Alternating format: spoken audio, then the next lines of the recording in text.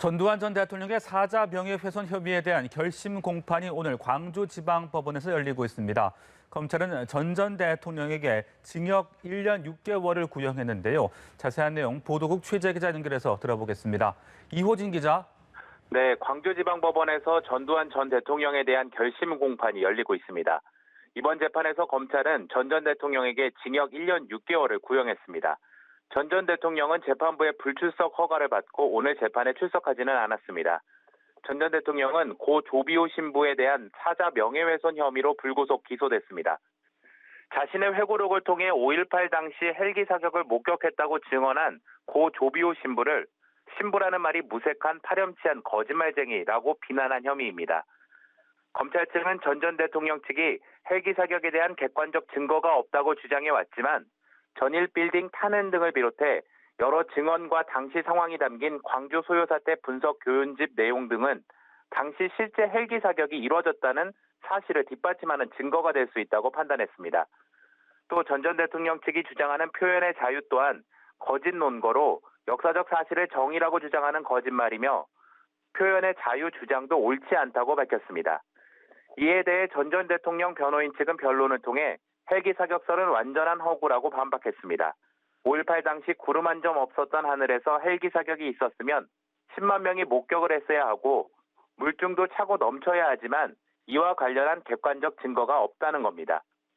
또 조비오 신부의 주장에 의해 헬기 사격설에 망령이 되살아났다며 헬기 사격은 언론을 통해 거대한 허상으로 탄생한 것으로 존재하지 않았던 헬기 사격을 증명할 수 없다는 주장도 펼쳤습니다. 네, 이렇게 길었던 전 대통령에 대한 재판이 이제 끝을 보이고 있는데요. 이 재판의 쟁점이 무엇인지 다시 한번 좀 정리를 해주시고 앞으로는 어떤 절차가 남아있는 겁니까? 네, 오늘 재판이 끝나고 나면 이제 재판부의 선고만 남게 됩니다.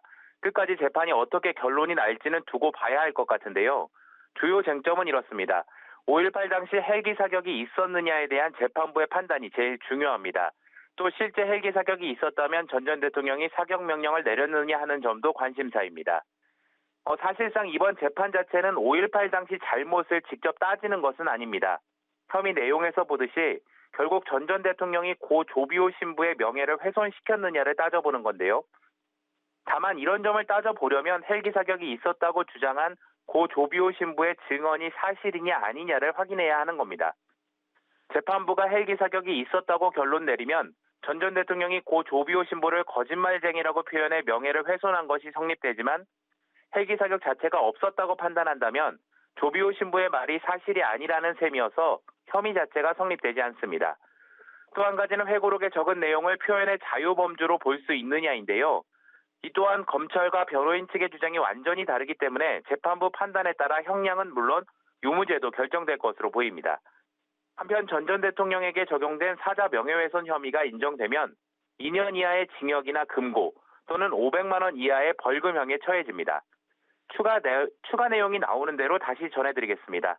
지금까지 보도국에서 전해드렸습니다.